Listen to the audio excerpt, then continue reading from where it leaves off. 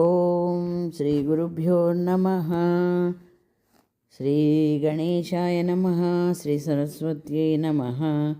శ్రీ గురుచరిత్ర అధ్యాయం 7. నామధారకుడు సిద్ధయోగికి నమస్కరించి, స్వామి, ఈ గోకర్ణ క్షేత్ర మహిమ ఇంకొంచెం విపులంగా వివరించండి. మన దేశంలో ఎన్నో పుణ్యతీర్థాలు ఉండగా శ్రీపాదస్వామి ఈ క్షేత్రాన్ని ఎందుకు ఆశ్రయించారో చెప్పండి అని వేడుకున్నాడు. అప్పుడు సిద్ధయోగి ఇలా చెప్పారు. పూర్వం ఇక్ష్వాకు వంశంలో మిత్రసహుడను పేరుగల రాజు వేద మార్గ తత్పరుడై రాజ్యాన్ని ధర్మంగా పాలిస్తుండేవాడు. ఒకనాడతడు అడవికి పోయి క్రూర జంతువులను వేటాడుతూ ఒకచోట భయంకరమైన ఒక రాక్షసుని చూశాడు. రాజు అతని మీద బాణాలు వేయడంతో ఆ రాక్షసుడు నేలకూలి ప్రాణాలు విడుస్తూ తన సోదరుని పిలిచి రాజుపై ప్రతీకారం తీర్చుకోమని ఆదేశించాడు.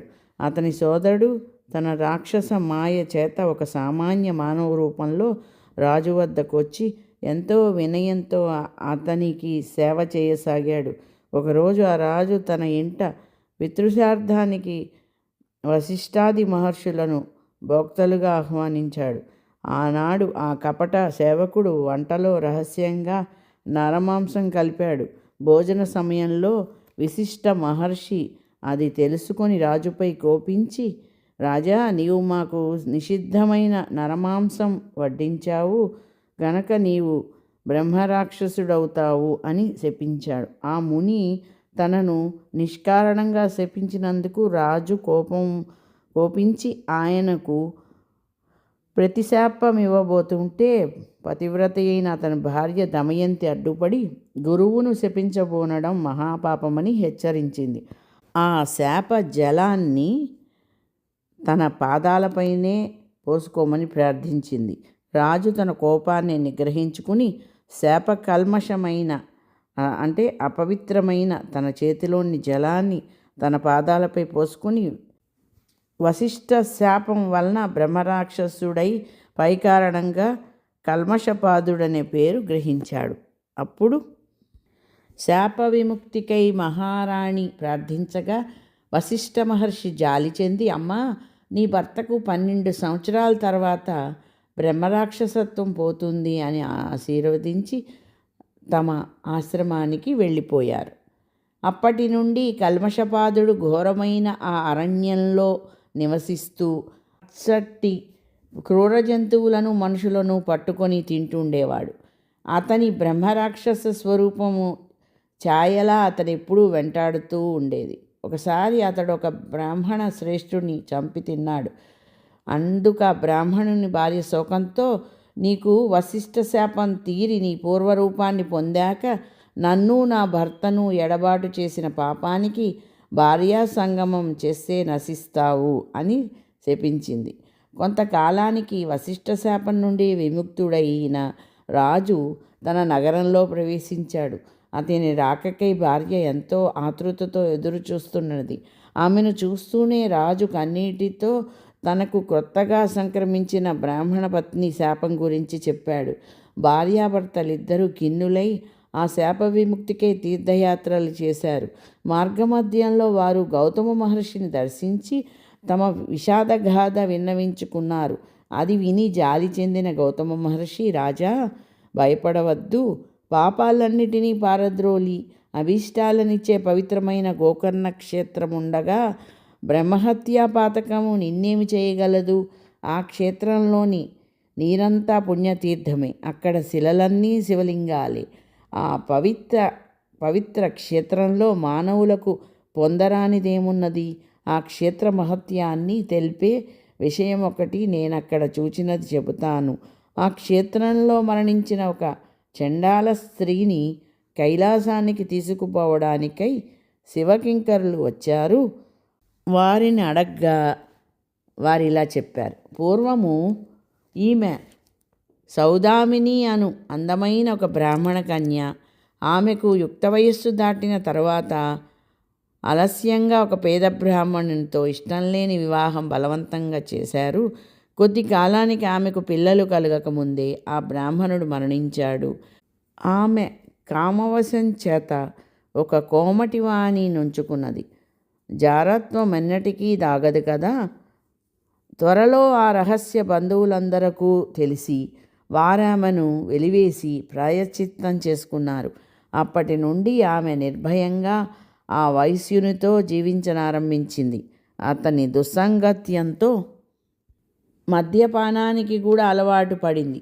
ఒకనాడామె కళ్ళు త్రాగిన మైకంలో ఆవు దూడను ఒక దానిని మేక అనుకొని చంపి దాని తలను మరునాటిని దాచి మిగిలిన దేహాన్ని వండుకొని భుజించింది. మరునాడు విటుడు రాగానే ఆమె వంట చేయబోయి ఆవుదూడ శిరస్సును చూచి నిజాన్ని కప్పిపుచ్చుతూ అయ్యయ్యో ఆవుదూడని పులి తినిపోయింది అని వలవలా ఏడ్చింది. ఆమె ఇటువంటి పాపాలు అనేకం చేసి నరకంలో శిక్షలను అనుభవించి కర్మశేషం వలన ఆ జన్మను పొందింది. ఈ జన్మలో ఆమె పుట్టుగ్రుడ్డి కుష్ఠరోగి అయి కొంతకాలం పాటు తన తల్లిదండ్రుల చేత పోషించబడింది. వారు మరణించాక దిక్కులేక ఆకలితో అలమటిస్తూ ఒక శివరాత్రి నాడు అందరినీ భిక్ష కోసం యాచించింది. ఆనాడు అన్నమెవరూ వండరు గనుక ఆమె చేతిలో కొద్ది మారేడు దళాలు మాత్రం ఉంచారు. అవి తినడానికి పనికిరావని తెలిసి ఆమె వాటన్నిటినీ జారవిడిచింది. ఆ బిల్వమంతా ఒక శివలింగం మీద పడింది. అదే ఆమె చేసిన శివపూజ. ఆ రోజంతా తిండి లభించనందువలన ఆ రాత్రి ఆమెకు నిద్ర రాలేదు. ఈ విధంగా ఆమె ఉపవాసము జాగరణ కూడా చేసినట్లయింది. ఆ రోజంతా ఆమె శివనామ సంకీర్తనం విన్నది. తెలియక చేసిన వ్రతం వలన ఈమె పుణ్యాత్మురాలైంది. ఇప్పుడు ఈమెను కైలాసానికి తీసుకురమ్మని మమ్ములను శంకరుడు పంపాడు అని చెప్పారు. అప్పుడు ఆ శివదూతలు ఆమె మృతదేహంపై అమృతం చల్లి దేవ విమానం మీద ఆమెను కైలాసానికి తీసుకువెళ్ళారు. అబుద్ధిపూర్వకంగా చేసిన దాని ఫలితం చెప్పతరమా? కనుక ఓ రాజా, ఆమె వ్రతానికి ఇంతటి ఫలితం ఉందే, ఇక మీరు బుద్ధిపూర్వకంగా చేసిన దానికి ఫలితం చెప్పతరమా? కనుక ఓ రాజా, నీవు గోకర్ణ క్షేత్రానికి వెళ్ళి మహాబలేశ్వరుని సేవించి బ్రహ్మణి శాపం నుండి విముక్తుడవుతావు. బ్రహ్మణి శాపం నుండి విముక్తుడవుతావు అని గౌతమ మహర్షి ఆ క్షేత్ర మహత్యాన్ని ఇంకా ఇలా వివరించారు. గోకర్ణమంతటి పవిత్ర క్షేత్రం ఇంకొకటి లేదు. మిగిలిన క్షేత్రాలన్నీ చంద్రుడు నక్షత్రాల వంటి అనుకుంటే గోకర్ణం పాపమనే కారు చీకట్లను నశింపచేసే సూర్యుని వంటిది. ఆ క్షేత్ర దర్శనం స్మరణము వలన కూడా సర్వపాపాలు నశిస్తాయి. అక్కడ ఇంద్రాది దేవతలందరూ తపస్సు చేసి శివానుగ్రహం వలన తమ అభీష్టాలు పొందారు. అక్కడ మహాబలేశ్వరునికి బ్రహ్మ, విష్ణువు, ఇంద్రుడు, విశ్వదేవతలు, మరుద్గణాలు, సూర్యచంద్రులు, అష్టవసువులు తూర్పు ద్వారంలోను, యమధర్మరాజు, చిత్రగుప్తుడు, అగ్నిదేవుడు, ఏకాదశ రుద్రులు, పితృదేవతలు దక్షిణ ద్వారంలోను, పితృదేవతలేమో దక్షిణ ద్వారంలోను, వరుడును మొదలైన దేవతలు పడమటి ద్వారంలోను, కుబేరుడు, భద్రకాళి, వాయుదేవుడు, సప్తమాతృకలు ఉత్తర ద్వారంలోను, విశ్వవసువు, చిత్రధరుడు మొదలైన గంధర్వులు నిత్యము నిలిచి ఆయనను ఉపాసిస్తుంటారు.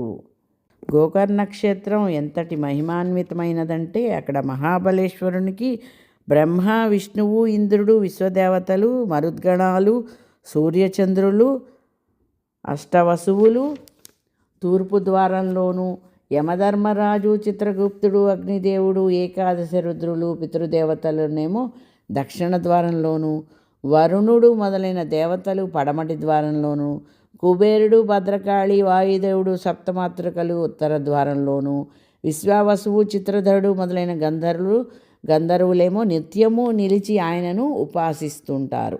కశ్యపుడు, అత్రి, వశిష్ఠుడు, కణ్వుడు మొదలైన మునీశ్వరులు, కృతయుగంలో విశ్వామిత్రుడు, జాబాలి, భరద్వాజుడు మొదలైన మహర్షులు, సనకనందాది బ్రహ్మ మానసపుత్రులు, నారదాది దేవర్షులు, సిద్ధులు, సాధ్యులు, మునీశ్వరులు, యతులు నిత్యము గోకర్ణుని ఉపాసిస్తూ అంటే గోకర్ణేశ్వరుణ్ణి ఉపాసిస్తున్నారు. రావణుడు మొదలైన రాక్షసులు కూడా ఆ క్షేత్రంలో తపస్సు చేసి శివుని నుండి వరాలు పొందారు. కనుక ఈ క్షేత్రంలో చేసిన తపస్సు, ఆధ్యాత్మిక సాధనలు 1,00,000 రెట్లు మంచి ఫలితాన్ని ఇస్తాయి. అప్పుడు రాజు భార్య సమేతంగా గోకర్ణం వెళ్ళి మహాబలేశ్వరుని సేవించి శాప విముక్తుడయ్యాడు.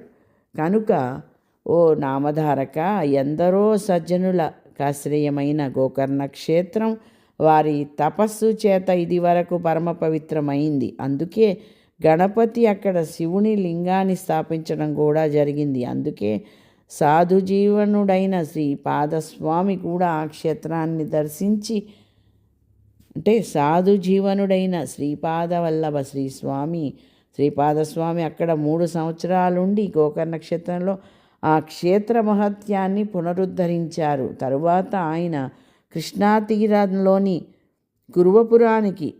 కురుపురానికి వెళ్ళి అక్కడ తమ స్థూల రూపాన్ని మరుగుపరచారు. తర్వాత అక్కడి నుండి గోకర్ణ క్షేత్రం నుండి శ్రీ వల్లభ స్వామి ఆయన కృష్ణా తీరంలోని కురుపురానికి వెళ్ళి అక్కడ తమ స్థూల రూపాన్ని మరుగుపరిచారు. శ్రీ దత్తాయ గురువే నమః. శ్రీపాద శ్రీవల్లభాయ నమః. శ్రీ నృసింహ సరస్వత్యే నమః.